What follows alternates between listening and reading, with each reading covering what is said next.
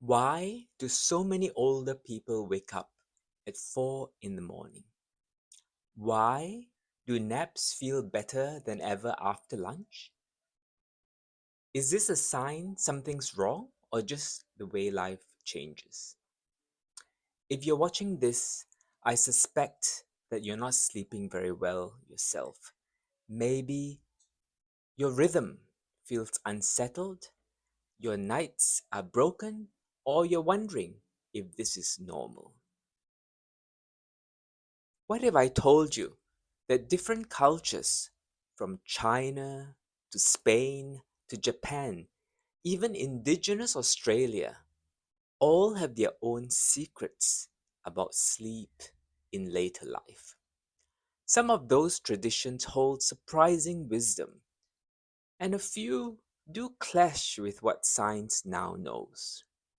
So today, we'll discover what really happens to sleep as we age, and what older adults around the world can teach us about sleep and rest. How sleep changes after 65. As we get older, our body clock runs a little faster. We get sleepy earlier in the evening, and many of us wake up before dawn, staring at the ceiling. Nights also feel lighter, a creak in the house, a full bladder, an ache in the knee, and suddenly you're wide awake. And here's the striking part: deep, refreshing sleep gets shorter. That's why you may feel like you've slept but not rested. But that doesn't always mean something's wrong. Some people just simply need less, others more.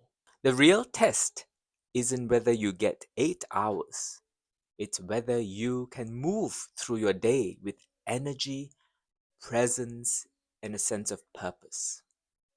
And even in my own family, the differences are striking. My mother was always a light sleeper. She'd wake up in the night at the smallest sound, and she slept far less than my father. My father, on the other hand, could fall asleep anywhere, anytime, and deeply. My wife is more like my mother, while I've inherited my father's knack for sleep.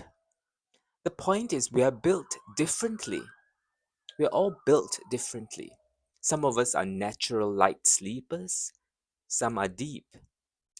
That variation is normal. It doesn't mean one is healthy and one is not. The real danger isn't the shorter sleep itself. The real danger is the anxiety it creates if we have shorter sleep. So if you wake up early and think something must be wrong, that stress makes rest even harder. What matters most is not the number of hours, but whether your day feels alert, engaged, and meaningful. So let's talk about some wisdom from other cultures. In Spain, older adults continue to embrace the siesta.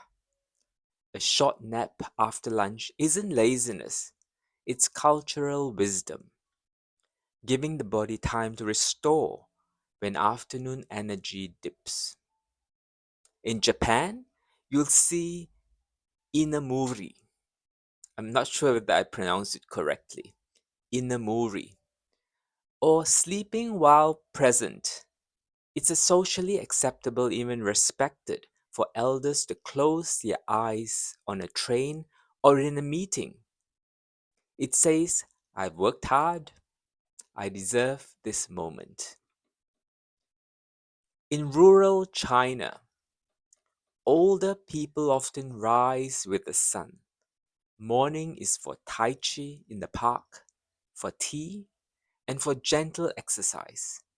They might nap after lunch, then rest again in the early evening. Sleep is spread out, woven into daily life rather than confined to one strict block at night.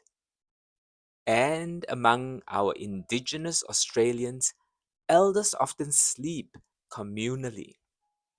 Light sleep isn't as weakness, but as a role to keep watch, to stay alert to the sounds of the night, to protect the family.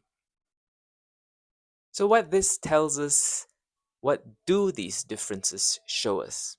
First, there isn't one correct way to sleep later in life.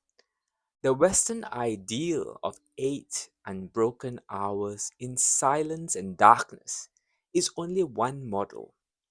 In reality, humans always adapted sleep to their needs, their culture, and their environment.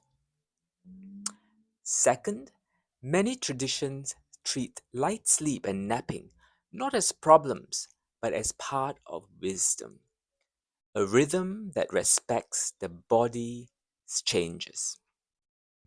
Let's talk a little bit about the science of aging and sleep. What does it say? What does science say? Researchers find that melatonin, the hormone that signals night, declines with age. That's part of why older adults may struggle to fall or stay asleep.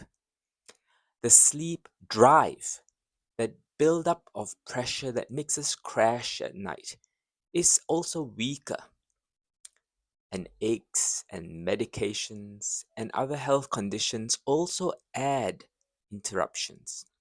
Here's the hopeful part.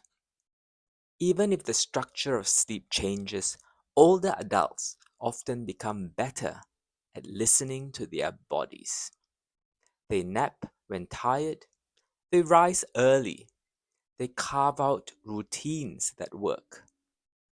In a way, science is now catching up with traditions, showing that flexibility, not rigid rules, is the healthier approach. Couples and sleep. Of course, sleep also affects couples. One partner may be a night owl and the other a lark. One restless, the other still. That can strain a relationship. But it can also be managed with small acts of respect. Separate blankets, staggered bedtimes, even separate rooms if needed. It doesn't mean less love. Sometimes it means more because we wake rested and kinder to each other. So, sleep in older age, is it a problem? Not necessarily. It's different and sometimes more fragile, but not automatically broken. Look around the world and you'll see older adults adapting to naps, rhythms, and rituals. So if you're awake at 5 a.m., don't see that as wasted time. For me, 5 a.m. in Australia is 9 p.m. in Germany, the perfect moment to chat with a friend before sunrise. And for him, before his bedtime. I'm an early riser. He winds down later.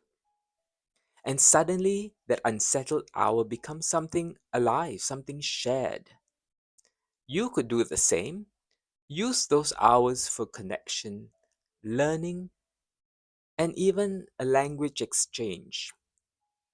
The real question is, how do we support those rhythms with smart habits? In the next video, we'll dive into practical tools, from morning light to warm drinks, from old wives' tales to modern science, and sort out what actually helps. So stay tuned. See you in the next episode.